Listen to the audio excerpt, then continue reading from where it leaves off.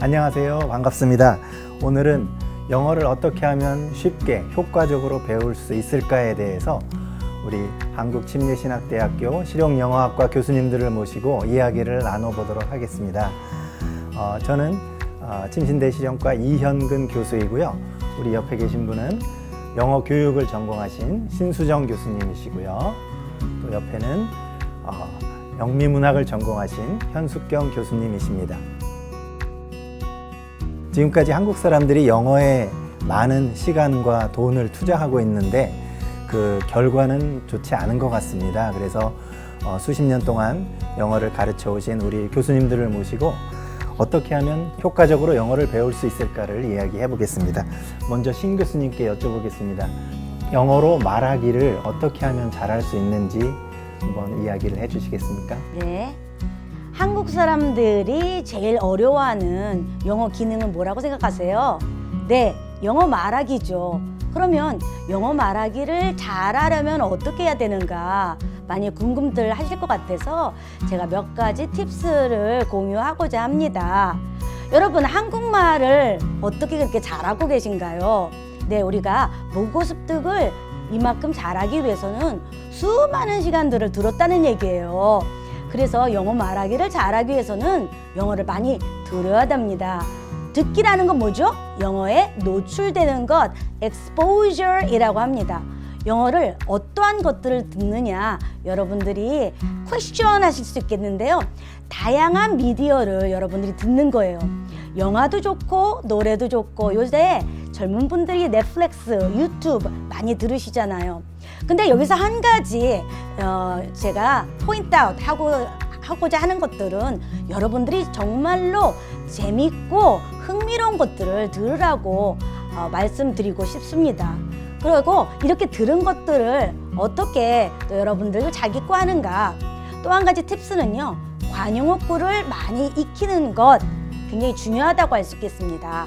관용어구 idiom 또는 idiomatic expressions라고 하는데요.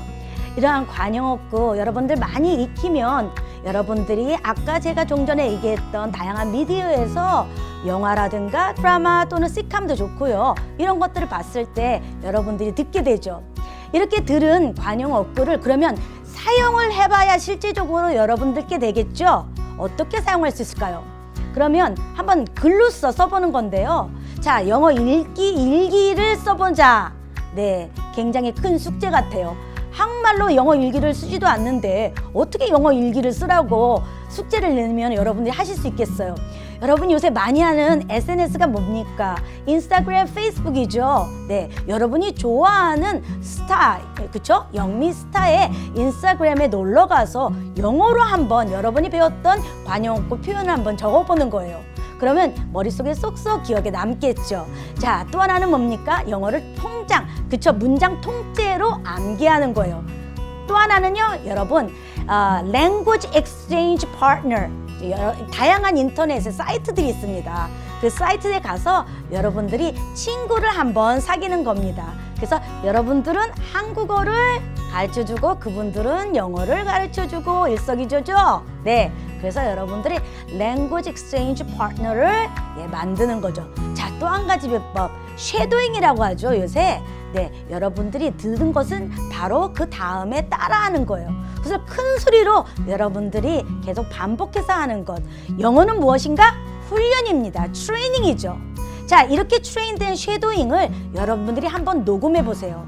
우리가 EFL 환경, English as a Foreign Language, 영어를 외국어로 말하는 이런 환경에서는 영어를 말할 기회가 없습니다. 그죠? 우리가 밖에 나가서 모두 다 한국 사람이에요. 교실 안에서도 한국 사람이죠. 친구들도 한국 사람이에요. 그러면 영어를 실질적으로 말할 기회가 없기 때문에 여러분이 쉐도잉했던, 아까 얘기했던 관용어구, 배웠던 관용어구를 여러분이 여러분의 목소리를 녹음해 보는 거예요. 이렇게 녹음해 본 영어, 여러분의 표현은 여러분 것이 될 것입니다.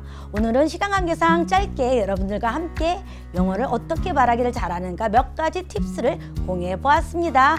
여러분들께 정말로 좋은 기회가 됐으면 하겠습니다. Good luck to you. 네, 신 교수님께서 영어 듣기와 사용에 대한 여러 가지 좋은 이야기를 해주셨는데요. 이제는 현 교수님께 한번 여쭤보겠습니다. 영어를 어떻게 하면 잘할 수 있는지 조금만 알려주세요. 네.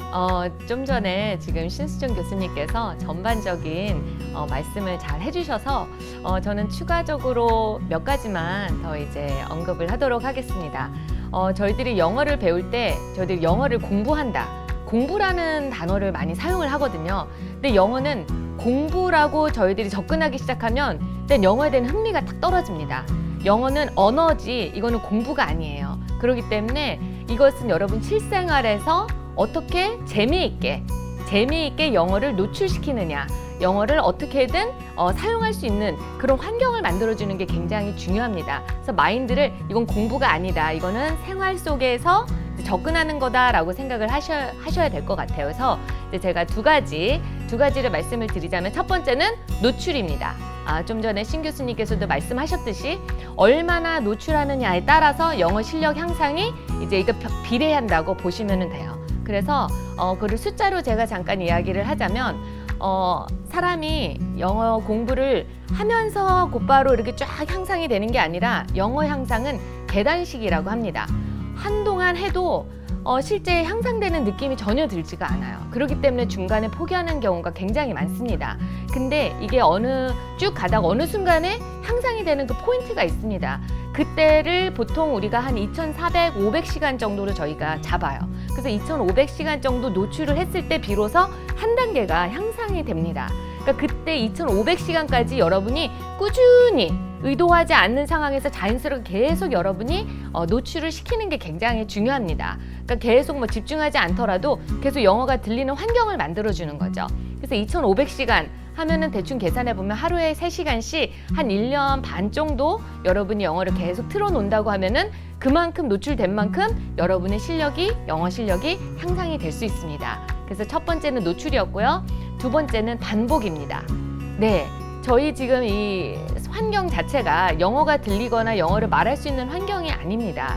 그렇기 때문에 계속 의도적으로 반복을 할 수밖에 없습니다. 어느 한 단어가 내 것이 되기 위해서는 그 한 단어를 20번 이상 다양한 상황 속에서 들었을 때 비로소 그 단어가 내 것이 되는데 저희는 그런 다양한 20번 이상 들을 수 있는 환경이 되지 않죠. 그렇기 때문에 의도적으로 그 단어가 들어간 표현들과 문장을 20번 이상 반복을 하는 겁니다. 반복을 하는데 어떻게 하느냐? 내 근육을 사용해서 내 소리를 사용해서 내가 내 소리가 들릴 수 있게 계속 그것을 20번 이상 반복을 하는 겁니다.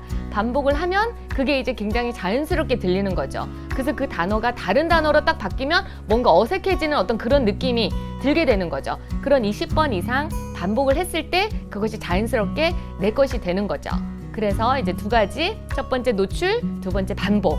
이것을 여러분이 뭐 공부한다라는 생각을 하지 않고 그냥 자연스럽게 계속 그냥 반복하고 그거를 그냥 일상생활처럼 습관화했을 때 여러분의 실력이 여러분이 생각하지 않는 그런 상황 속에서 계속 향상이 될 수 있다는 것이죠. 이런 방법을 사용을 해서 여러분의 영어 실력이 계속 향상이 될 수 있길 바라겠습니다. 네, 여기까지 하겠습니다. 네, 감사합니다. 연 교수님. 노출과 반복이라고 하는 이 두 개의 주제를 얘기해 주셨네요. 감사합니다. 저도 그러면은 영어를 재밌게 하는 방법 중에 하나를 소개를 하겠습니다.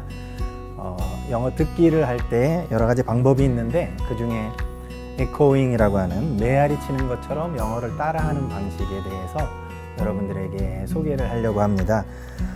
일반적으로 우리가 영어를 들을 때는 한 문장이 끝나고 나서 그거를 따라하는 일반적인 방식이 있는데요. 그것보다는 영어가 들리는 대로 바로바로 따라하는 것, 이것을 이제 메아리가 친다라고 해서 메아리 치는 것처럼 따라하는 방식이 있습니다.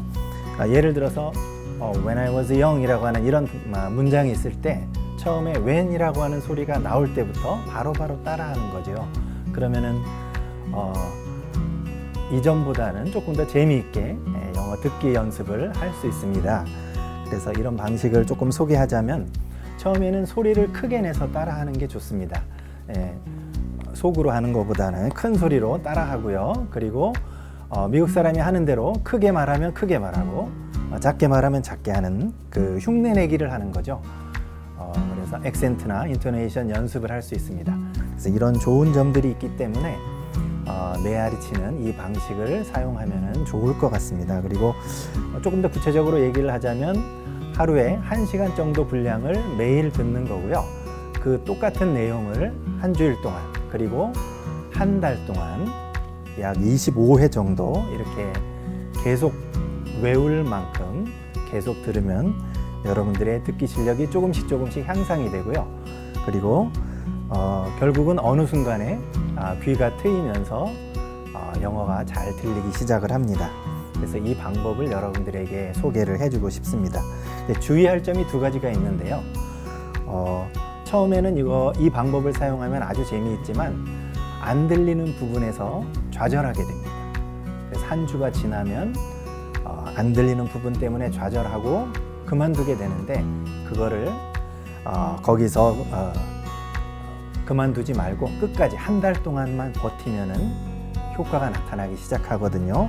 그래서 한 달 동안 무슨 일이 있어도 계속 하루에 1시간씩 듣는 연습을 꼭 하시고, 그리고 또 하나는 교재를 보면 안 됩니다.